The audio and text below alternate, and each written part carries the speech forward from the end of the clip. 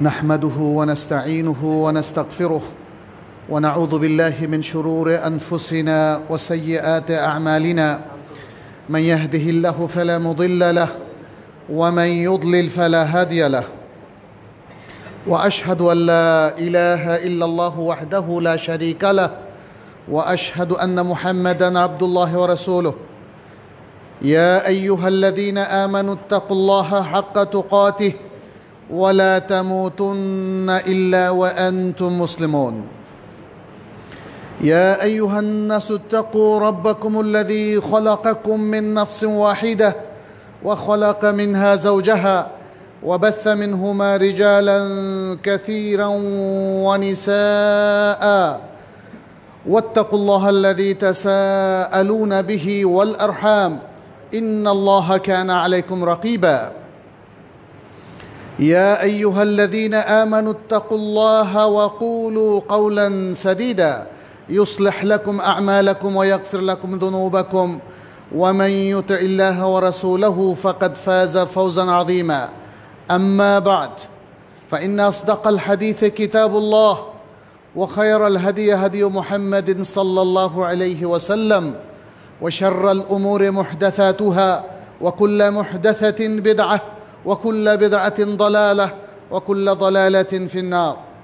ثم أما بعد، أيها المسلمون، أوصيكم ونفسي بتقوى الله عز وجل، فاتقوا الله يا عباد الله. اتقوا الله في علانكم وسركم، اتقوا الله في جميع أعمالكم وعباداتكم ومعاملاتكم. نسأل الله سبحانه أن يجعلنا وإياكم من عباده المتقين، ويتقبل منا ومنكم صالح أعمالنا وأعمالكم، إنه ولي ذلك والقادر عليه। أيها المسلمون, আজকে আমরা জ্ঞান অর্জনে তরুণদের প্রতি কোরআন এবং সুন্নাহর যে নির্দেশনা রয়েছে সেটা নিয়ে আলোচনা করব ইনশাআল্লাহ। আল্লাহর সমগ্র সৃষ্টির মধ্যে তিনি মানুষকে সম্মানিত করেছেন এবং এই মানুষের জীবনের শ্রেষ্ঠ সময়টা হচ্ছে তারুণ্য। বয়সের মাঝখানটাতেই তারুণ্যের একটা সীমারেখা আল্লাহ সুবহানাহু ওয়া তাআলা সৃষ্টিগতভাবেই ঠিক করে দিয়েছেন। আর আরবিতে বলা হয় খায়রুল উমুরে আওসাতুহা, যে কোনো জিনিসের মধ্যম জায়গাটাই হচ্ছে সবচেয়ে উত্তম। তারুণ্যটা বয়সের মধ্যম স্থান। সূর্য ওঠার জায়গাটা যদি আপনারা দেখবেন সূর্য যখন মধ্য গগনে থাকে দ্বীপ্রহর, তখন সেটা সবচেয়ে উজ্জ্বল থাকে এবং তার তাপ সবচেয়ে বেশি থাকে। সুতরাং তারুণ্য হচ্ছে মানবতার সবচেয়ে শক্তি এবং উত্তাপের জায়গা। ফলে এর মাধ্যমেই আসলে সবচেয়ে ভালো কাজ করা যায়। একটা জাতির আশা ভরসা জায়গা হচ্ছে তারুণ্য। জাতির ভবিষ্যৎ বিনির্মাণে তরুণদের বিশাল অবদান এবং জাতির জাগরণের উৎসাহ তরুণরা। এটা শুধু যে আজকে প্রমাণিত হয়েছে তা নয়, বরং রাসূল সাল্লাল্লাহু আলাইহি সাল্লামের সাহাবাদের মধ্যে আমরা যারা পটেনশিয়াল সাহাবা ছিলেন, আমরা দেখি যে সেখানে তারুণ্যের আধিক্য। আবু বকর রাদিয়াল্লাহু তাআলা আনহু যখন ইসলাম গ্রহণ করেন তখন তার বয়স 38।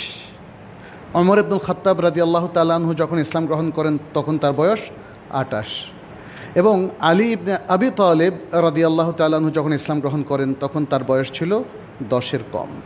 রাসূল সাল্লাল্লাহু আলাইহি সাল্লামের চারপাশে তরুণ সাহাবীরা যাদেরকে স্কলার হিসাবে আমরা পাই, তারা কিশোর স্কলার ছিলেন তখন। আব্দুল্লাহ ইবনে আব্বাস 15 বছরের নিচে তখন তাদের বয়স। মদিনায় যখন আসলেন এবং আব্দুল্লাহ ইবনে ওমর ইবনুল খাত্তাব, আব্দুল্লাহ ইবনে মাসউদ, আব্দুল্লাহ ইবনে আমর ইবনুল আস, বিখ্যাত সকল সাহাবী তরুণ ছিলেন। এমনকি তরুণ মুহাদ্দিস আবু হুরায়রা রাদিয়াল্লাহু তাআলা আনহু, এরা কেউ বয়স্ক ছিলেন না। তার মানে হচ্ছে পৃথিবীর সব বড় বড় কাজ তরুণদের মাধ্যমেই হয়েছে। রাসূল সাল্লাল্লাহু আলাইহি ওয়াসাল্লামের সেনাপতি খালিদ বিন ওয়ালিদ, তিনিও তরুণ সেনাপতি ছিলেন। এই ইতিহাসগুলো হয়তো আমাদের সামনে এইভাবে আসে না। ফলে তারুণ্যের জয়গান করি আমরা সত্য, কিন্তু তরুণদেরকে ঠিকমতো গাইড করা, এটা খুব ইম্পর্ট্যান্ট একটা কাজ জাতির জন্যে। এত বড় একটা শক্তিশালী একটা প্রজন্ম যাদের মাধ্যমে একটা জাতি উন্নতির শিখরে উঠতে পারে, তাহলে তাদের গাইডেন্সটা খুব জরুরি। এবং সবচেয়ে বেশি তাদের জন্য যেটা প্রয়োজন প্রপারলি গাইডেড হওয়ার জন্যে, সেটা হলো জ্ঞান অর্জন। জ্ঞান অর্জন, কোন জ্ঞান তারা অর্জন করবে? মুসলিম তরুণরা অবশ্যই শুরু করবে কোরআন এবং হাদিস দিয়ে। কিন্তু কোরআন হাদিস সামনে থাকলেই তো জ্ঞান অর্জিত হয় না। আমাদের প্রায় সবার ঘরেই কোরআন আছে না? এবং প্রত্যেকের ঘরে এখন হাদিসের মেন গ্রন্থগুলো আছে, বাংলা অনুবাদ সহ আছে। কিন্তু জ্ঞান কি অর্জিত হচ্ছে? আমি যদি শেলফে প্রচুর বই জমিয়ে রাখি বা শোকেসের মধ্যে সুন্দর করে সাজিয়ে রাখি কোরআন, হাদিস এবং আমাদের সালাফের প্রচুর বই, কিংবা আধুনিক বিজ্ঞানেরও যথেষ্ট বই, তাহলে কি জ্ঞান ধরা দেবে আমাদেরকে? কখনোই নয়। জ্ঞান অর্জনের কিছু নীতিমালা আছে। জ্ঞান অর্জনের যে নীতিমালাগুলো আছে সেগুলো আমাদের জানা দরকার। যুবকদেরকে নিয়ে আরব কবিদের অনেক সুন্দর সুন্দর কাব্য আছে, কবিতা আছে এবং কাসিদা আছে। আমি ছোট্ট একটা কথা এখানে উল্লেখ করছি। একজন কবি যুবকদের কথা যেভাবে বলেছেন, শাবাবুন যাল্লালু সুবুল আল মাআলি মা আরাফু সেওয়াল ইসলামে দিনা। যুবক যারা উচ্চে ওঠার পথগুলো মাড়িয়েছে, তারা দিন হিসাবে এবং জীবন ব্যবস্থা হিসাবে ইসলাম ছাড়া আর কোনো কিছুকেই তারা চেনেনি, গ্রহণ করেনি। ওয়াইদা জান্নাত যালামু ফালা তারাহুম মিনাল ইশফাক ইল্লা সাজিদিনা। যখন অন্ধকার ঘনিয়ে যায়, তুমি তাদেরকে ভীত দেখতে পাবে না, তবে তাদেরকে দেখতে পাবে সেজদারত অবস্থায়। কাযালিকা আখরাজাল ইসলামু কওমি শাবাবান তাহিরান হুররান আমিনা। খুব সুন্দর একটা কথা। অনুরূপভাবেই ইসলাম আমার জাতিকে, আমার জাতির তরুণদেরকে উৎপাদন করেছে, তাদেরকে বের করেছে, সৃষ্টি করেছে এমন যুবক হিসাবে, এমন তরুণ হিসাবে যারা পবিত্র, যারা স্বাধীন চেতনার অধিকারী এবং যারা বিশ্বস্ত, আমানতদার। আসলে এই তরুণদের আশাই তো আমরা করছি, তাই না? যে কোনো জাতি, পৃথিবীর যে কোনো জাতি পবিত্র জীবনের অধিকারী, শক্তিশালী, দক্ষ, নিষ্ঠাবান, পুণ্যবান, সৎ এবং আমানতদার একটা তরুণ প্রজন্মকে আশা করে। সেই প্রজন্ম তো এমনি তৈরি হবে না। সে প্রজন্ম তৈরি হওয়ার জন্যে আসলে জাতির লোকদেরকে যেমন কাজ করতে হবে, তরুণদেরকে উঠে আসতে হবে। যেমনিভাবে রাসূল সাল্লাল্লাহু আলাইহি সাল্লামের তরুণ সাহাবীরা উঠে এসেছিলেন, রাসূল সাল্লাল্লাহু আলাইহি সাল্লামের নেতৃত্বকে গ্রহণ করেছিলেন, কোরআন সুন্নাহর জ্ঞানকে তারা ধারণ করেছিলেন। কোরআন সুন্নাহ নিছক কোনো ধর্মীয় জ্ঞান নয়, এটা মনে রাখবেন। আপনি কোরআন এবং সুন্নাহর মধ্যে আপনি দেখবেন যে সারা দুনিয়ার, শুধু দুনিয়া না বরং এই বিশ্ব জগতের সব কিছু নিয়ে আলোচনা আছে। আল্লাহর সৃষ্টির সকল বিষয় কোনোটাই বাদ নেই। এমব্রয়োলজি থেকে আরম্ভ করে মানব বিজ্ঞান, অ্যানথ্রোপোলজি, সোশ্যোলজি, ইকোনমিক্স, আকাশ বিজ্ঞান, কোনটা এখানে বাদ আছে? কৃষি বিজ্ঞান, কোনোটা এখানে বাদ নেই। সব কিছুর আলোচনা এখানে আছে। বরং সায়েন্টিফিক ইন্ডিকেশনগুলোতে ভরা কোরআন এবং সুন্নাহ। ফলে কোরআন সুন্নাহর জ্ঞানকে শুধুমাত্র নিছক ধর্মীয় জ্ঞান বলাটা ভুল।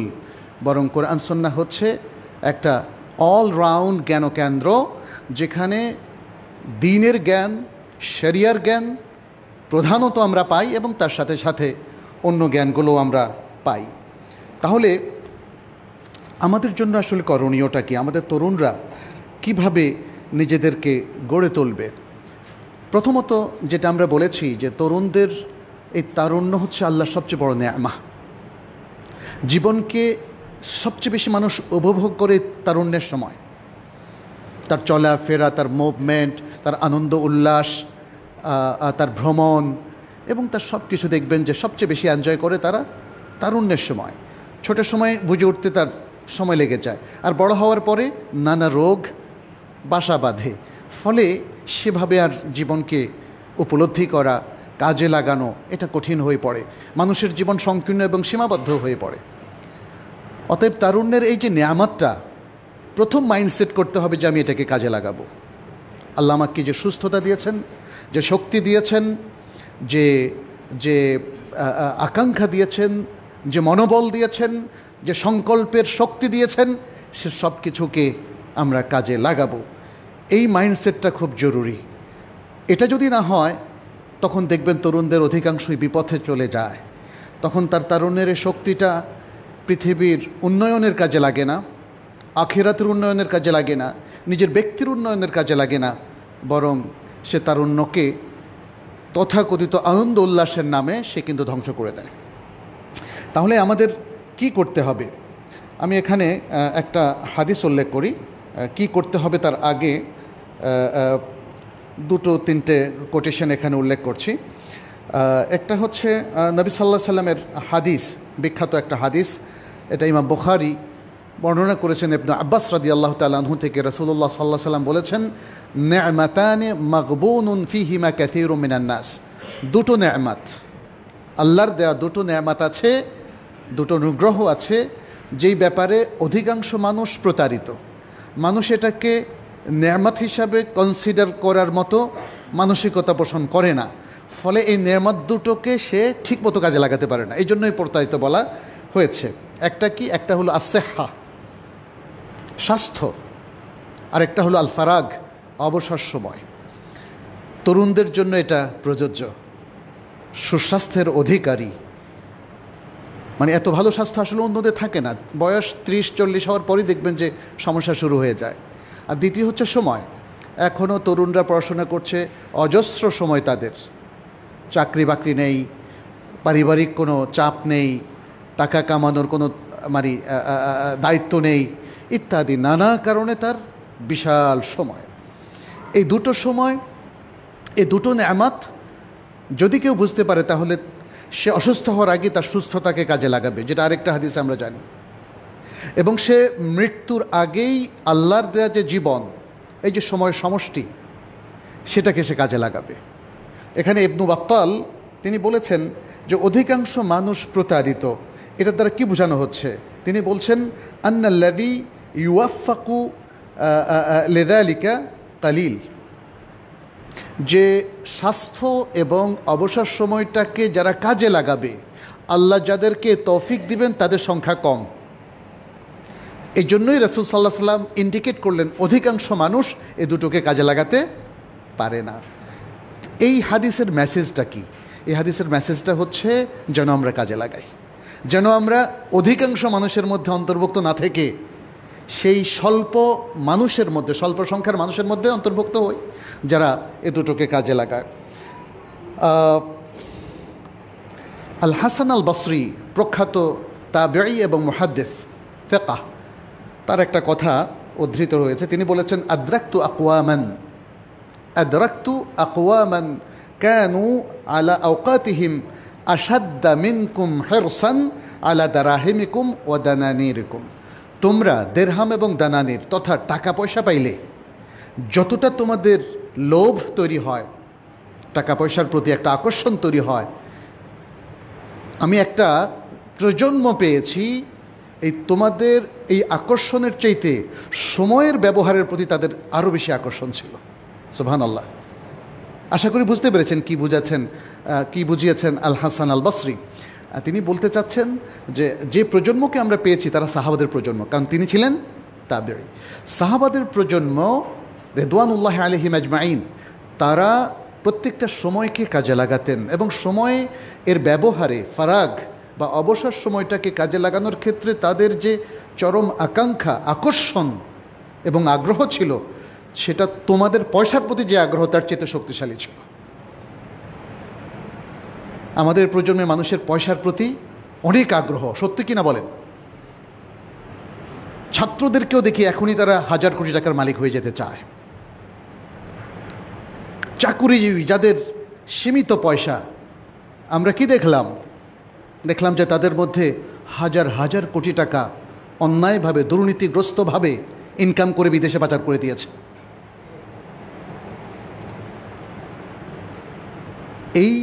এরা একসময় তরুণ ছিল না? কিন্তু এরা সঠিকভাবে গাইডেড ছিল না।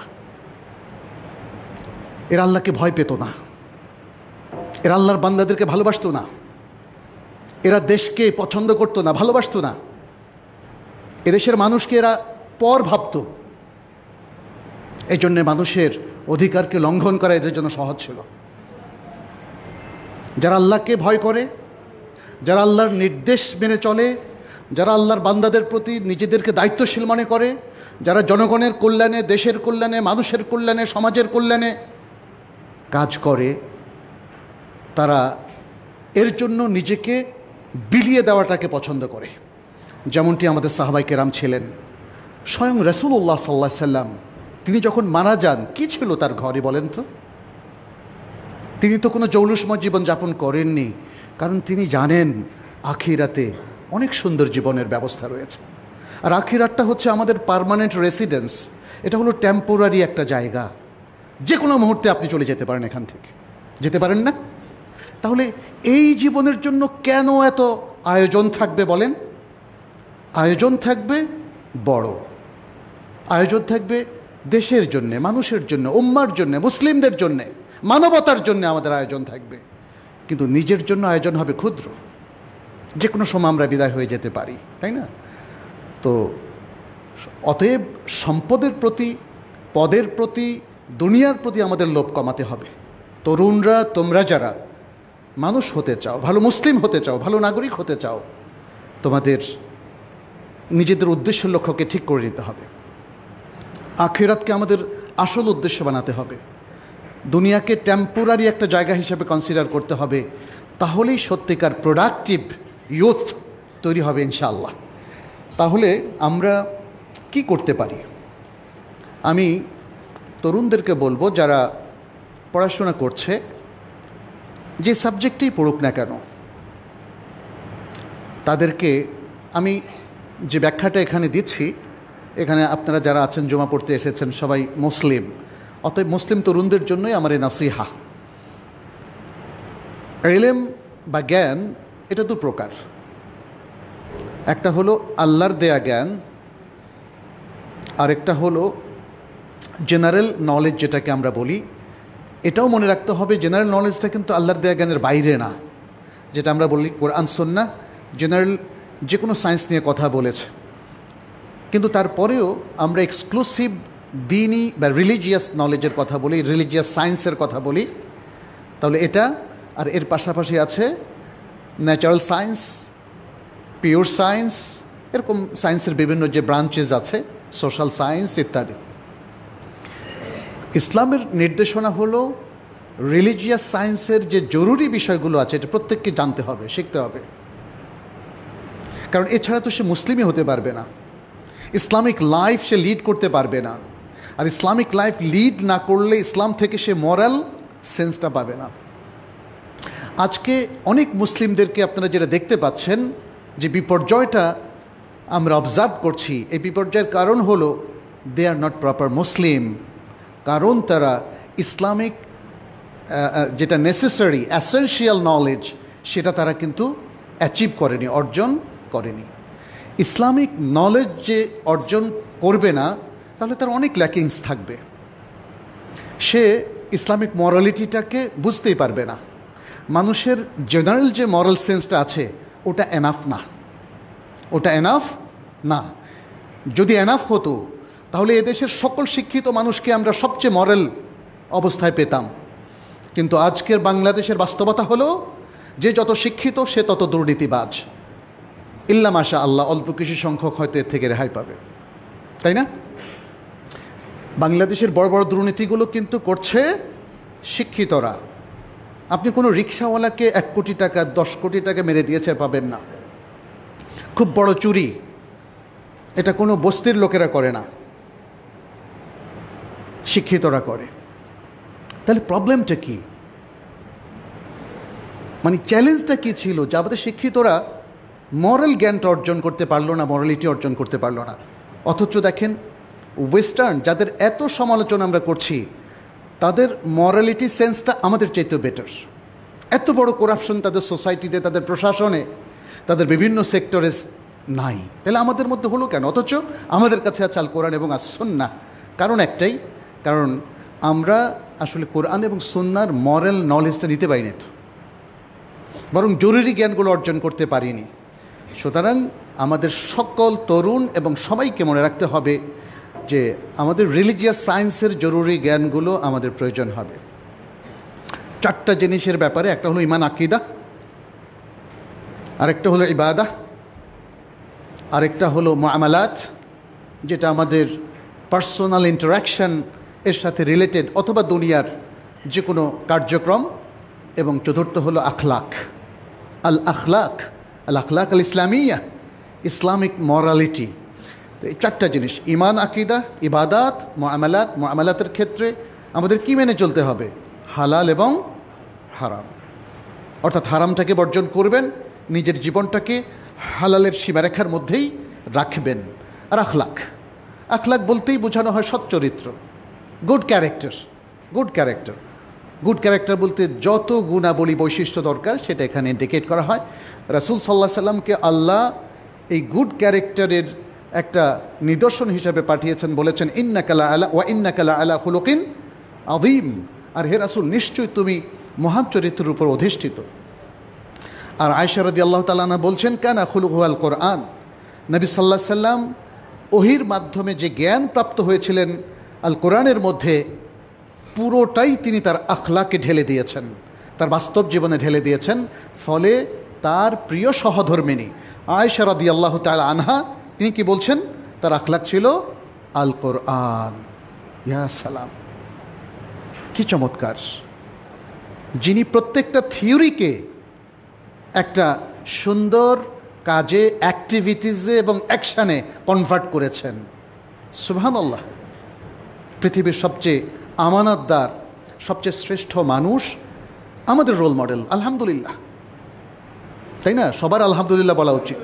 আলহামদুলিল্লাহ, পৃথিবীর সবচেয়ে শ্রেষ্ঠ রোল মডেল আমরা বিলং করি, পৃথিবীর অন্য জাতিরা বিলং করে না। তারা মহানবী সাল্লাল্লাহু আলাইহি সাল্লামের ব্যাপারে কিছু স্বীকৃতি দিলেও তাকে রিলিজিয়াস লিডার হিসাবে মানে না। অতএব এই জায়গায় আমাদের রিলিজিয়াস নলেজটা লাগবে। আর সেকেন্ড হচ্ছে, যে সমস্ত নলেজগুলো উপকারী সেগুলো যে কোনোটা ইসলাম অ্যালাউ করে আপনি পড়ার জন্যে, জ্ঞান শেখার জন্যে। অতএব আপনাদের agricultural science, food science, nutrition, social science, pure science, যে কোনো সায়েন্স কিন্তু নিষিদ্ধ নয়। কিন্তু একটা প্রবলেম হয়ে গেছে আমাদের, সেটা হচ্ছে সায়েন্স পড়তে গিয়ে আমরা ইসলামিক যে ভাবধারা বা সেন্স, ওটা কিন্তু অনেক সময় মিস করছি। কেন? আমাদের কিছু কিছু শিক্ষকের কারণে, যারা পাশ্চাত্যের শিক্ষা গ্রহণ করেছেন এবং নাস্তিকবাদটাকে অ্যাকসেপ্ট করে ফেলেছেন সামহাও, অথবা তাদের কাছে ধর্ম মানুষের বানানো জিনিস। এই প্রবলেমটা যার মাথায় ঢুকেছে, তিনি তার ছাত্রদেরকেও মিসগাইড করছেন। তিনি বিগ ব্যাং থিওরি, ডারউইন তত্ত্ব ইত্যাদি নানা বিষয় দিয়ে তিনি কিন্তু আমাদের তরুণদেরকে মিসগাইড করছেন। অথচ এই তত্ত্বগুলো তো কোরআনে চমৎকারভাবেই লেখা আছে। আপনার কোরআনিক সায়েন্স পড়েন, মুসলিম বিশ্ববিদ্যালয়গুলোতে অবশ্যই এমন সিলেবাস থাকা প্রয়োজন যারা সায়েন্স পড়বে, কিন্তু তাদের কোরআনিক সায়েন্স এবং সায়েন্স অফ হাদিস এগুলো কিছু তাদের থাকা দরকার, এবং তাদের মোরাল সায়েন্সটাও থাকা দরকার, যাতে করে সে তার মুসলিম জাতিসত্তাকে ইগনোর না করে নিজেকে গড়ে তুলতে পারবে। প্রত্যেক তরুণ তাকে মনে রাখতে হবে সব কিছুর আগে সে একজন মুসলিম। তার ইসলামিক আইডেন্টিটিটা তার সবচেয়ে বড় আইডেন্টিটি, এটা ইউনিভার্সাল। ইভেন আপনি যদি মঙ্গল গ্রহেও চলে যান কিংবা স্পেসে আপনি কখনো বিল্ডিং করে যদি থাকেন, আমরা শুনতে পাচ্ছি বিজ্ঞানীরা নাকি সে ব্যবস্থা করছে, যাই হোক, আপনার আইডেন্টিটি কি? আপনি মুসলিম। আমার আইডেন্টিটি আমি মুসলিম, বাকি আইডেন্টিটিগুলো পরের। কারণ দুনিয়ার এই আইডেন্টিটিগুলো দিয়ে আপনি জান্নাত পাবেন না। আপনি যদি বলেন আল্লাহর কাছে, আল্লাহ আল্লাহ যদি আপনাকে আপনার আমল নিয়ে প্রশ্ন করে আর আপনি বলেন যে আল্লাহ আমি তো ঢাকা শহরের রাজধানী শহরের অধিবাসী ছিলাম, এই উত্তর দিয়ে কি জান্নাত পাওয়া যাবে?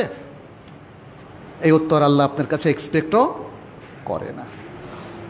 আপনাকে বলা হবে আপনার রবকে, আপনার দিন কি, আপনার নবীকে। এগুলো বলার উদ্দেশ্য তো বুঝতেই পারছেন, রবকে এটা সে বলতে পারবে যে রবের অনুসরণ করে, রবের প্রতি ইমান রাখে। দিন কি, দিন ইসলামের কি আপনি সত্যিকার অনুসারী ছিলেন কি না, তাহলে উত্তর দিতে পারবেন। নবীকে, নবীকে কি আপনি মানতেন কি না, আপনার রোল মডেল ছিল কি না। এভাবে জীবনকে তৈরি করতে না পারলে আমার আপনার জীবন বৃথা। পৃথিবীর জৌলুস অনেক সময়ই আমাদের ধ্বংসের কারণ। বিভিন্ন দেশের রাজনীতিবিদদের অবস্থা দেখুন। পৃথিবীর অর্জিত টাকা আমাদের মান-ইজ্জত খোয়ানোর কারণ, অপমানের কারণ, কারণ কিনা বলেন? সুতরাং সেজন্যে কেন এত রিস্ক নিব আমরা? আর অথচ যে মানুষগুলো ভালো, যারা উম্মার জন্যে, মুসলিমের জন্য, ইসলামের জন্য এবং মানবতার জন্য, দেশের জন্য যারা কাজ করেন, এদেরকে কি কেউ খারাপ বলে বলেন? হ্যাঁ, এরা কখনো মাজলুম হতে পারে, কিন্তু এদেরকে কেউ খারাপ বলে না। অতএব আমরা বলবো যে ইসলামিক এই আইডেন্টিটিটা ধরে রেখে যত উপকারী জ্ঞান আছে পড়া যেতে পারে। তাহলে এর থেকে একটা জিনিস বের হয়ে এসছে যে আমাদেরকে অবশ্যই ইসলামের জরুরি জ্ঞানগুলো অর্জন করতে হবে। আপনি যদি ডাক্তার হন তবুও, আপনি প্রকৌশলী হন, আপনি ইঞ্জিনিয়ার হন, আপনি বিশ্ববিদ্যালয়ের শিক্ষক হন, আপনি বিশ্ববিদ্যালয়ের ভিসি হন, প্রভিসি হন, ডিন হন, যেই হন না কেন, আপনার ইসলামিক আইডেন্টিটিটা আপনাকে অ্যাডপ্ট করতে হবে, বেয়ার করতে হবে এবং এক্সপ্রেসও করতে হবে। এটা লুকিয়ে রাখার কোনো পরিচয় নয়। এরপর আমাদের কি করণীয়, আমি সেটা নিয়ে একটু কথা বলবো। তাহলে জ্ঞানের সাথে আমাদেরকে আসলে একটা চির বন্ধন তৈরি করতে হবে। জ্ঞান যেন আমাদের সাথী হয় আর আমরা যেন জ্ঞানের সাথী হই। এবং এই সিকোয়েন্সে যে আমাদের দ্বীনি জ্ঞানগুলো আগে অর্জন করা, যার মধ্যে কোরআন শুদ্ধভাবে তেলাওয়াত, কোরআনের অর্থ বোঝা এবং জরুরি জ্ঞানগুলো, দ্বীনের মৌলিক ইবাদতগুলো, আকীদাগুলো, এগুলো আমাদের জানা। আর পাশাপাশি আপনি দুনিয়ার যত জ্ঞান আপনি অর্জন করবেন, এটার সাথে ইসলামের কোনো বিরোধিতা নাই সত্যিকার অর্থে। আপনি ফিজিক্স, কেমিস্ট্রি যত বেশি আপনি পড়বেন, দেখবেন যে সেখানে আল্লাহর কুদরত, তাই না? বিশেষ করে ফিজিক্স, পদার্থবিজ্ঞান, বিভিন্ন পদার্থের যে বৈশিষ্ট্য, এর স্রষ্টাকে আল্লাহ, সুবহানাল্লাহ। অ্যাটমিক এনার্জির স্রষ্টাকে আল্লাহ। এই আকাশমণ্ডল, ভূমণ্ডল সব কিছুর স্রষ্টা হচ্ছেন আল্লাহ। ফলে এই জ্ঞানগুলো, বিশেষ করে আপনি যেমন মেডিকেল সায়েন্সও, মানব বিজ্ঞান, মানব দেহের বিজ্ঞান বা মানুষের জন্মতত্ত্ব, অথবা তার চোখের বা ব্রেনের যে সেলগুলো আছে, বিভিন্ন জিনিসগুলো, এগুলো যত পড়বেন, আল্লাহর কুদরত আপনার কাছে আরও বেশি, আরও বড় আকারে প্রকাশ পাবে। এমনকি একজন মাদ্রাসার ছাত্রের চাইতেও আপনাদের ঈমান হয়তো আরও বেশি বেড়ে যাওয়ার সুযোগ আছে। তাহলে জ্ঞানের এই জায়গাগুলোকে একটা ইসলামিক পজিটিভ মাইন্ড থেকে আমাদেরকে অর্জন করতে হবে। আমি সেই বিষয়গুলো আপনাদের সামনে একটু তুলে ধরতে চাই, যেই পয়েন্টগুলো একজন তালেবুল ইলম, সিকার অফ নলেজ, তাদের জন্য জরুরি। এক নম্বর হলো নিয়তকে বিশুদ্ধ করা, স্ট্রং করা এবং জ্ঞান অর্জনটাকে আল্লাহ সন্তুষ্টির জন্য নির্ধারণ করে ফেলা। আপনি মেডিকেল সায়েন্স পড়ছেন, এটা কি আল্লাহর জন্য পড়া যায় না? আপনি একজন মহান ডাক্তার হতে পারবেন যদি আপনার এই বিদ্যাটা আল্লাহ সন্তুষ্টির জন্যই আপনি অর্জন করে থাকেন। আর যদি দুনিয়ার জন্য অর্জন করেন, তখন আপনার অবস্থা কিন্তু অন্যরকম ডাক্তারদের মতো হবে, যারা হয়তোবা বিভিন্ন ঔষধ কোম্পানির সাথে অ্যালাইন করে, অথবা ডায়াগনোসিস সেন্টার যারা তাদেরকে পার্সেন্টেজ দেয়, যেগুলো নানা বিষয় আছে। আল্লাহওয়ালা ডাক্তার, একজন প্রকৌশলী, তিনি যদি দুনিয়ার জন্য প্রকৌশল বিদ্যা অর্জন করেন তাহলে একরকম, আর তিনি যদি আল্লাহর জন্য করেন তাহলে আরেক রকম। একজন আলেম, তিনি যদি এলেমটা অর্জন করে থাকেন শুধু আল্লাহ সন্তুষ্টির জন্য তাহলে একরকম, আর যদি দুনিয়ার জন্য তিনি এই এলেমটাকে অর্জন করেন, কোরআন, হাদিস, এই জ্ঞানটাও অনেকে দুনিয়ার জন্য অর্জন করে থাকে এবং দুনিয়া অর্জনের কাজে তারা কোরআন হাদিসের বিদ্যাকে কাজে লাগায়। ফলে এই জায়গাটা আমাদের অবশ্যই বিশুদ্ধ হতে হবে, যে আল্লাহর এখলাস এবং তার জন্য নিয়তকে বিশুদ্ধ করা। যেমনটি সূরাতুন নিসার মধ্যে আল্লাহ তাআলা বলছেন, ওয়ামান আহসানু দীনান মিম্মান আসলামা ওয়াজহাহু লিল্লাহ ওয়া হুয়া মুহসিন। আর ওই ব্যক্তির চাইতে উত্তম দিনদার কে হতে পারে যে তার নিজেকে আল্লাহর জন্য সপোর্ট করলো, আল্লাহর জন্য যে আল্লাহর কাছে নিজেকে যে আত্মসমর্পণ করে দিল, তার চাইতে উত্তম দিনদার আর কে হতে পারে। নিয়তের ব্যাপারে তার অনেকগুলো হাদিস রয়েছে, ইন্নামাল আমালু বিন্নিয়াত। আর নবী সাল্লাল্লাহু আলাইহি সাল্লাম থেকে আরেকটা হাদিস রয়েছে যেখানে তিনি বলেছেন যে জ্ঞান অর্জনটা যেন পৃথিবীর মানুষকে দেখানোর উদ্দেশ্যে না হয়, অহংকারের জন্য না হয়, নিজেকে অন্যদের চাইতে ডিস্টিংগুইশড করে প্রদর্শনের উদ্দেশ্যে না হয়। যেমনটি তিনি বলেছেন, মান তালাবাল ইলমা লিয়ুবাহিয়া বিহিল উলামা, যে ব্যক্তি এলেম অর্জন করে এই জন্য যে সে স্কলারদের সাথে তর্ক করবে, আও ইউমারি বিহি সুফাহা, অথবা যারা অজ্ঞ মূর্খ বোকা তাদের উপর সে জয়লাভ করবে, আও লিয়াসরিফা উজুহান্নাসি ইলাইহি ফাহুয়া ফিন্নার, অথবা তার জ্ঞান অর্জনের উদ্দেশ্য হচ্ছে মানুষকে তার দিকে আকর্ষণ করা, এই তিনটা উদ্দেশ্যে যে জ্ঞান অর্জন করবে ফাহুয়া ফিন্নার, সে জাহান্নামে যাবে। অতএব বিষয়টা তো এত সহজ না। আমরা কি কখনো এই আত্মসমালোচনা করেছি যে আমার লক্ষ্য উদ্দেশ্যের সাথে কোরআন সুন্নাহ ম্যাচ করে কি না, বা আমার পরিণতি কি হবে? আমরা কি তাহলে ভাবছি আল্লাহ যে জান্নাত জাহান্নামের কথা বললেন সেটা নিতান্তই গল্প, সত্য নয়? এই চিন্তা যদি ঢুকে তখনই মানুষ মিসগাইডেড হতে পারে, আদারওয়াইজ সিরিয়াস মুসলিমরা তো মিসগাইডেড হতে পারে না। কারণ আল জান্নাতু হাক্কুন ওয়ান নারু হাক্কুন, জান্নাত সত্য, মহাসত্য, এবং জাহান্নামও মহা সত্য, এবং মানুষ তার কার্যক্রমের মাধ্যমে হয় জান্নাতে যাবে অথবা জাহান্নামে যাবে। ইবনে মাসউদ রাদিয়াল্লাহু তাআলা আনহু বলেন, লা ইয়ানফাউ কাউলুন ইল্লা বিআমাল, কোনো কথা কোনো কাজ দেবে না, কোনো উপকারে আসবে না, তবে যদি আপনি সেই কথা বা থিওরিকে আমলে রূপান্তরিত করেন। অর্থাৎ আপনি যদি বলেন যে আমাদেরকে সালাত পড়তে হবে, সত্য কথা বলতে হবে, অন্যায় রোধ করতে হবে, জুলুমের বিরোধিতা করে আমাদের একে অপরের প্রতি সহযোগিতামূলক আচরণ করতে হবে, তো এটা কি স্টেজের বক্তব্য, নাকি এটা আমলে রূপান্তরিত করতে হবে? আমলে রূপান্তরিত করা না হলে আপনার এই থিওরিগুলো আপনার কোনো উপকারে আসবে না। আমাদের অনেকেই আছে কোরআন মুখস্থ করে ফেলেছেন, হাদিস অনেকগুলো মুখস্থ, অথবা কোরআনিক সায়েন্স অনেক কিছু মুখস্থ। এই মুখস্থ মনে রাখবেন এটা নিছক থিওরি। এই থিওরিটা যদি পিওরলিও কারো জানা থাকে এবং তিনি আমল না করেন তাহলে কোনো কাজে আসবে না। আমাদের মধ্যে অনেক চিন্তাবিদ দেখতে পাচ্ছি যাদেরকে ইসলামী চিন্তাবিদও বলা হয়, যদি তাদের আমল না থাকে তাহলে ইসলামিক চিন্তাবিদ হওয়াটাও কোনো কাজে আসবে না, মনে রাখবেন।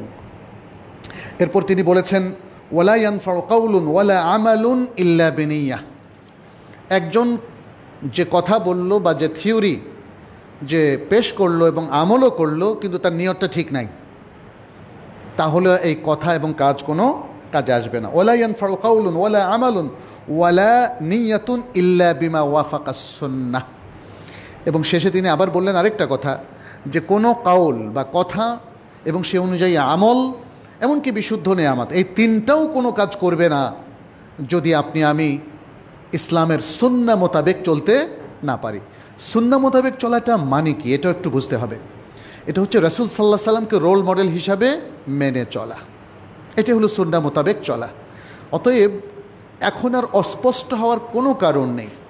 আপনি কিভাবে চলবেন, এখানে একটা দ্বন্দ্ব, ওখানে একটা অস্পষ্টতা, কোনো কারণ নেই। কারণ রাসূল সাল্লাল্লাহু আলাইহি সাল্লাম তিনি স্পষ্টভাবে পুরো পৃথিবীর মানুষের সামনে সত্যকে বর্ণনা করে গিয়েছেন। তিনি বলেছেন, তারাকতুকুম আলা মাহাজ্জাতিন বায়দা লাইলুহা কানাহারিহা লা ইয়াজিগু আনহা ইল্লা হালিক, আমি তোমাদেরকে একটা শ্বেত শুভ্র প্রমাণের উপর রেখে যাচ্ছি যার রাতগুলো দিনের মতোই শুভ্র, রাতগুলো দিনের মতোই শুভ্র। বুঝতে পেরেছেন? অর্থাৎ এখানে কোনো রাতের নিকষ অন্ধকার বলতে ইসলামের মধ্যে কোনো কিছু নেই, বরং এর রাত আর দিন সবটাই শ্বেত শুভ্র, উজ্জ্বল, আলোকময়।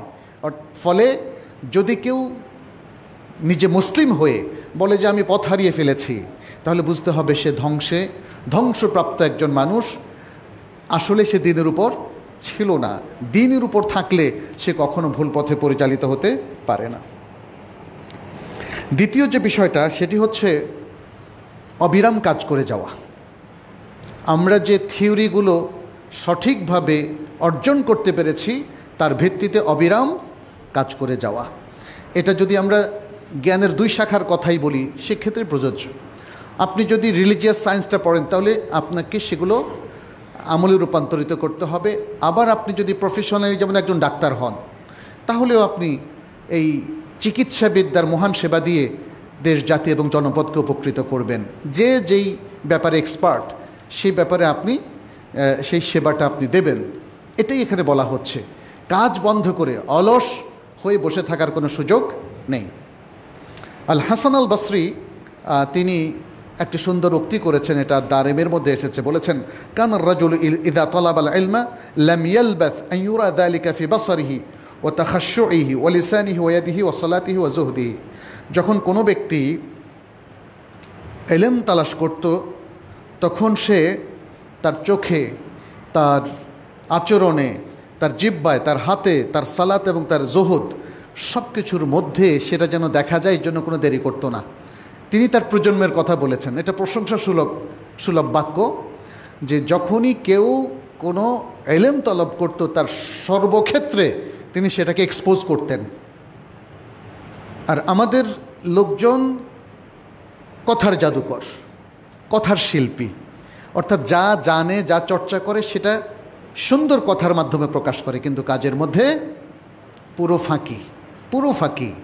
মনে রাখবেন, যদি কোনো জাতি অথবা জাতির অধিকাংশ মানুষ ফাঁকিবাজ হয় তাদের উন্নয়ন কোনো দিন হবে না। না নৈতিক উন্নয়ন হবে, না জাতীয় উন্নয়ন হবে। ইমাম শাফি রাহমাহুল্লাহ বলেছেন, লাইসাল ইলমু মা হুফিজ আল ইলমু মা নাফা। আপনি এলেম অর্জন করতে পারলে, মেমোরাইজ করতে পারলেই এটাকে এলেম বলা হবে না। প্রকৃত এলেম যেটার দ্বারা মানুষ উপকৃত হয়, মানুষ, দেশ, জাতি সবাই যেটার দ্বারা উপকৃত হয়, তাহলে না বুঝবো যে এ এলেমটা কাজ দিয়েছে।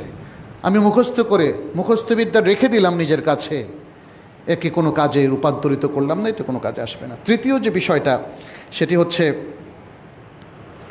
এলেমের সাথে আখলাককে এবং আদবকে অন্তর্ভুক্ত করতে হবে। এলেমের সাথে আখলাক এবং আদব। ইমাম মালিক রাহমাহুল্লাহকে তার মা যখন উস্তাদ রবিউলের কাছে পাঠালেন বা পাঠাচ্ছেন, তখন তিনি তার সন্তান ইমাম মালিক, আপনারা জানেন বিখ্যাত ইমাম আহলুল মদিনা তাকে বলা হয়, আহলুল মদিনা, মদিনাবাসীদের ইমাম। তিনি মদিনাতেই ছিলেন এবং মসজিদে নববীতে তিনি দার্স দিতেন। বললেন যে তুমি জ্ঞান শেখার আগে আদব শিখবা, জ্ঞান শেখার আগে আদব শিখবা, এটা খুব জরুরি। আজকে আমাদের দেশে দেখা যাচ্ছে যে শিক্ষকরা যথেষ্ট পরিমাণে আসলে সেই মর্যাদা পাচ্ছেন না যেটা আগের শিক্ষকরা পেতেন। অনেক তরুণরা শিক্ষকদের উপর চড়াও হচ্ছে না? এটা একটা ভিন্ন কালচার। এই কালচারটা ইসলাম অ্যালাউ করে না। তাহলে আমাদের শিক্ষকদেরও এটা ব্যর্থতা যে স্টুডেন্টদেরকে আসলে তারা আখলাক, মরালিটি এবং আদব শেখাতে তারা ব্যর্থ হয়েছেন। এবং আরও বিপর্যয় আছে যেগুলো হয়তো এখানে বলার মতো নয়। তা আমাদেরকে শিক্ষকও তার আখলাক নিয়ে ছাত্রদের কাছে যাতে সম্মানিত থাকেন সেইভাবেই তাকে থাকতে হবে, এবং মেয়েদেরকে তাদের কন্যার মতো তাদেরকে দেখতে হবে, ইত্যাদি নানা বিষয় এখানে আছে। প্রথম ঘাটতিটা ধারণাই করা হয় যে শিক্ষকদের মধ্যেই ঘটেছে, ফলে তাদের ছাত্ররা কোনো কোনো ক্ষেত্রে তাদের উপর চড়াও হয়েছে। এই বিষয়গুলো শুরুতে উপরের লেভেল থেকে শুরু হয়, তবে তারপরেও আমরা তো এই কালচারটাকে চলতে দিতে পারি না।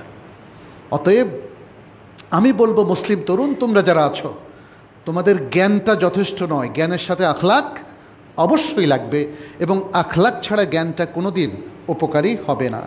ইবনে মাসউদ রাদিয়াল্লাহু তাআলা আনহু বলেন, ইয়ামবাগি লিহামিলিল কুরআন আন ইউরাফা বিলাইলিহি ইদান নাসু নাইমুন। যে কোরআন বহন করে, কোরআন এর জ্ঞান বহন করে, কোরআন এর আয়াতগুলো যে মুখস্থ করে ইত্যাদি, তাকে হামিলুল কোরআন বলা হয়। তার জন্য উচিত হবে যে মানুষ যখন ঘুমিয়ে থাকে তখন তার কাজ দ্বারা তাকে চেনা হবে, রাত্রে সে কী করে, তাই না? আমরা অনেক হাফিজুল কোরআন বা হামিলুল কোরআনকে দেখি তারা রাত্রে তাহাজ্জুদের সালাত পড়ে। কোরআন যদি কেউ রাতের নামাজে না পড়ে তাহলে কোরআন থাকেও না। কিয়ামুল লাইলে যদি কেউ কোরআন না পড়ে তাহলে কোরআন থাকে না। ওবে নাহারিহি ইদান্নাসু মুফতিরুন, এবং দিনের বেলায় দিয়ে তাকে চেনা হবে যখন মানুষ রোজা রাখে না, তখন সে মাঝে মাঝে রোজা রাখবে ইত্যাদি, এটা তিনি বোঝাতে চাচ্ছেন। অবে হুজনিহি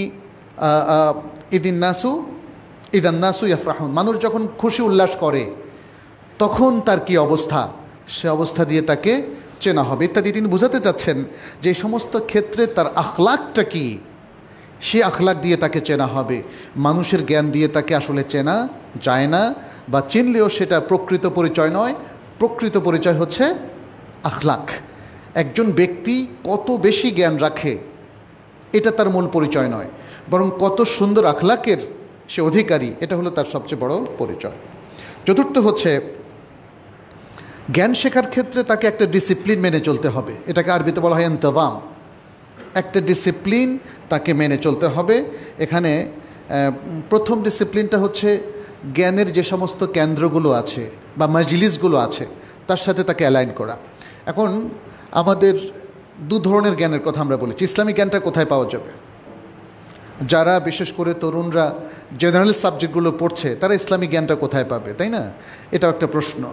তাহলে আমরা যারা যেমন সায়েন্সে পড়ছি, কম্পিউটার সায়েন্স, ট্রিপলি বা এগুলোতে পড়ছি, তারা তাদের ক্লাসে টিচারদের কাছে তারা যদি রীতিমতো উপস্থিত হয় এনাফ তাদের জন্য। কিন্তু ইসলামিক জ্ঞানটা কোথায় পাবে?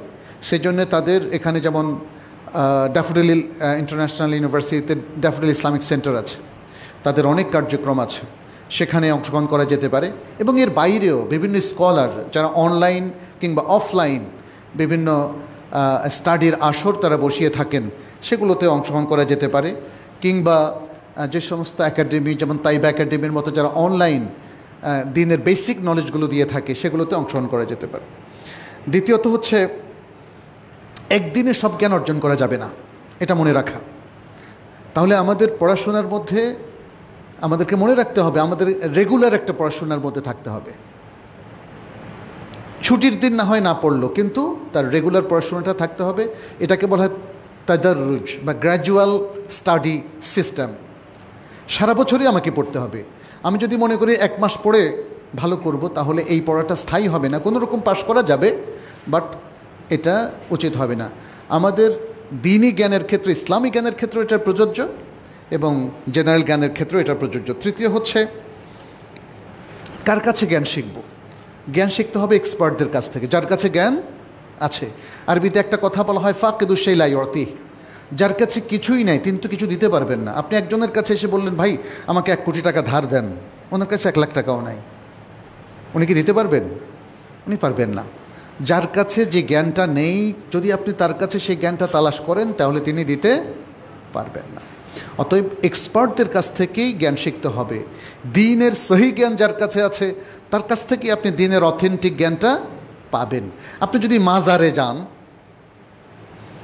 অথবা কোনো একটা দরগায় যান, সেখানে কি জ্ঞান পাবেন? সেখানে কিছু বেদাতি কর্মকাণ্ড আপনি পাবেন। আপনি দ্বীনের অথেন্টিক জ্ঞান আমরা যেটা দেখছি দুটো প্রতিষ্ঠান থেকে পেতে পারেন। এক, মসজিদ যেখানে বিশুদ্ধভাবে ইবাদত করা হয় এবং বিশুদ্ধ জ্ঞান বিতরণ করা হয়। আর আরেকটা হলো ইসলামী শিক্ষা প্রতিষ্ঠান অথবা ইসলামী সায়েন্টিফিক প্রতিষ্ঠান, যারা একাডেমিক্যালি সাউন্ড এবং বিশুদ্ধ জ্ঞানটা তারা প্রচার করে। এই জায়গায় আপনাদের যেতে হবে। আচ্ছা,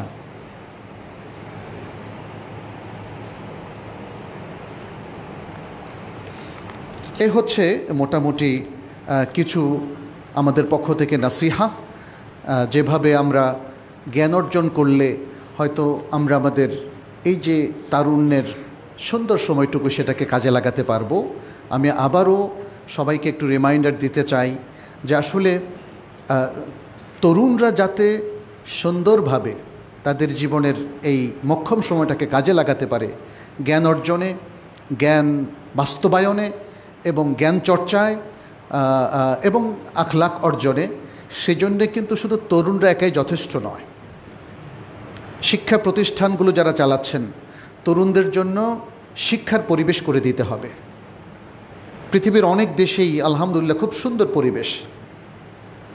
আমাদের দেশে অনেক জায়গায় সেটা ব্যাহত হয় নানা কারণে, পরিবেশগত কারণে ইত্যাদি। কিন্তু আমাদের যারা পলিসি মেকার, সেই শিক্ষা মন্ত্রণালয় থেকে শুরু করে বিভিন্ন বিশ্ববিদ্যালয়, তাদের নিজস্ব সিন্ডিকেট আছে এবং তাদের সিনেট আছে, তারা সকলে মিলে তরুণদের জন্য একটা সুন্দর পরিবেশ, যাতে তারা শিক্ষার অনুকূল পরিবেশ, শিক্ষা বান্ধব পরিবেশ পায়, সেটা সৃষ্টি করতে হবে।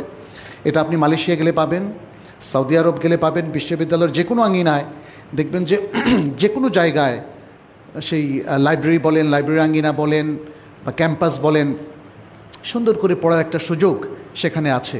সবার মধ্যে একটা একাডেমিক স্টাডির একটা অনুপ্রেরণা আছে, রিসার্চের অনুপ্রেরণা আসছে। এই জায়গায় কিছু ইনসেন্টিভও দিতে হবে, যাতে ছাত্ররা গবেষণা কাজে অনুপ্রেরণা বোধ করে এবং তাদেরকে কাজে লাগানোর জন্য বিশেষ করে কমিউনিটি ডেভেলপমেন্টের সাথে তরুণদের ইনভলভ করা, এটা খুবই জরুরি একটা বিষয়। এটা আমাদের শিক্ষকরা যারা এখানে আছেন তারা সেটা করবেন এবং পলিসি মেকাররা সেটা করবেন। ইউরোপ আমেরিকার বিশ্ববিদ্যালয়গুলোতে আপনারা অনেকেই যারা সেখানে হয়তো গিয়েছেন জানেন, অনেকগুলো বিশ্ববিদ্যালয়ে কমিউনিটি ডেভেলপমেন্টের একটা কোর্স থাকে। সেটা হতে পারে ক্রেডিট অথবা নন ক্রেডিট আওয়ার, 6 মাস বা 1 বছরের, যার জন্য সার্টিফিকেট শো করতে হয়। এটার উদ্দেশ্য হলো আমরা যা শিখছি আমাদের কমিউনিটির লোকদের উন্নয়নের সাথে সেটা কি ম্যাচ করতে পারছি কি না। আমরা কি শুধু রাজনীতিই করে যাব, ছাত্র রাজনীতি, নাকি আমাদের দেশের যে এত বড় জনগোষ্ঠী আছে তাদের উন্নয়নে কাজ করব। আমাদের স্টুডেন্টরা কখনো চলে যেতে পারে পঞ্চগড়ে অথবা লালমনিরহাট, চিটাগং হিল ট্র্যাক্স অথবা লক্ষ্মীপুরের সেই চরাঞ্চলে মানুষ কিভাবে থাকে। আমাদের কিছু বিশেষ করে সোশ্যাল সায়েন্স সহ অন্যান্য সাবজেক্টগুলোতে কিছু গবেষণা হতে পারে যে এই প্রত্যন্ত অঞ্চলের অথবা বস্তিবাসী মানুষ, কিংবা যাদেরকে আমরা তৃতীয় লিঙ্গ বলি, হিজড়া, তাদের জীবনধারাটা কেমন, এর কি মান উন্নয়ন সম্ভব কি না। এই তরুণরা তো সেটা ভাবতে পারে। তরুণরা যদি বড় বড় কাজ করতে পারে তাহলে এই রুট লেভেলের কাজটাও তরুণদের করা উচিত এবং এগুলো হওয়া উচিত তাদের শিক্ষার একটা পার্ট। তাহলে দেশ, জাতি, মানুষের উন্নয়নে সে এঙ্গেজড হবে, সে একটা অপরাজনীতিতে এঙ্গেজড হবে না। এভাবে যদি আমরা কাজ করি ইনশাল্লাহ আমরা আশা করি অদূর ভবিষ্যতে আমাদের এই বাংলাদেশের তরুণরা, মুসলিম তরুণরা, তারা বিশাল রোল প্লে করতে পারবে। আমি দোয়া করি আল্লাহ যেন আমাদের সবাইকে সে তৌফিক দান করেন। আল্লাহ যেন আমাদেরকে সৎ এবং নিষ্ঠাবান মুসলিম হিসাবে তৈরি হওয়ার তৌফিক দেন, যেন সৎ নাগরিক হয়ে আমরা দেশ, জাতি এবং উম্মার কাজে নিজেদেরকে নিয়োজিত করতে পারি। আকুলু কাউলি হাদা ওয়া আস্তাগফিরুল্লাহ লি ওয়া লাকুম ওয়া লিসাইরিল মুসলিমিন ফাস্তাগফিরুহু ইন্নাহু হুয়াল গাফুরুর রহিম।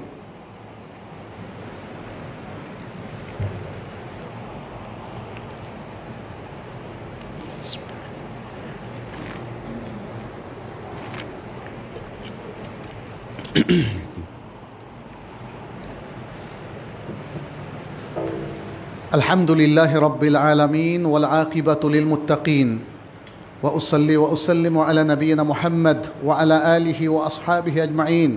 أيها المسلمون اتقوا الله واتبعوا سنة نبيكم وكونوا عباد الله الصالحين وكونوا عباد الله المتقين المؤمنين المخلصين. اللهم تقبل منا إنك أنت السميع العليم وتب علينا إنك أنت التواب الرحيم. عباد الله, আমরা আল্লাহ সুবহানাহু ওয়া তাআলার হামদ এবং সানা পেশ করছি, প্রশংসা করছি, যিনি আমাদেরকে মুসলিম হিসাবে এই পৃথিবীতে থাকার এবং জীবনযাপন করার তৌফিক দিয়েছেন। সকলেই বলি আলহামদুলিল্লাহ। আল্লাহর কাছে আমরা এই তৌফিক কামনা করছি যেন আমাদের জীবনের বাকি অংশটা তার এতাআত, তার আনুগত্যের উপর আমরা পরিচালনা করতে পারি। আমরা যেন আমাদের জীবনের প্রত্যেকটা জায়গায় নৈতিকতা এবং ইমানদার হয়ে বিশুদ্ধ যেই পন্থা রয়েছে ইসলামের, হালাল হারাম বাদ বিচার করে আমরা যেন জীবনটাকে অতিবাহিত করতে পারি। আল্লাহর কাছে আমরা সেই তৌফিক কামনা করছি। আল্লাহ যেন আমাদের এই দেশের উপর বারাকা নাজিল করেন। আমাদের তরুণদেরকে আল্লাহ যেন সুপথে রাখেন, হেদায়েতের উপর রাখেন, কোরআন এবং সুন্নাহর উপরে রাখেন। তরুণদেরকে যেন আল্লাহ তাআলা সুযোগ্য দক্ষ নাগরিক হিসাবে গড়ে ওঠার তৌফিক দান করেন।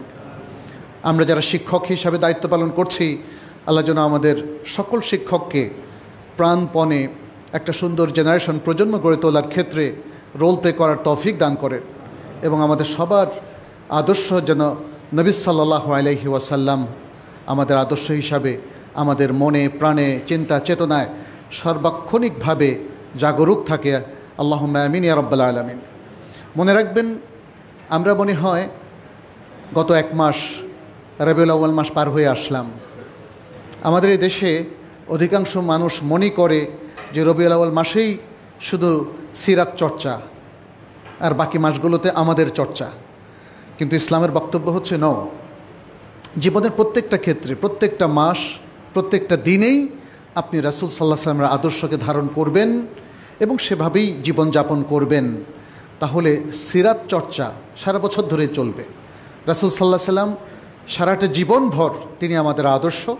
আসুন সেই মানসিক মনোবলটা আমরা তৈরি করি, মানসিক মাইন্ডসেটটা আমরা তৈরি করি। আল্লাহ যেন আমাদেরকে তৌফিক দান করেন।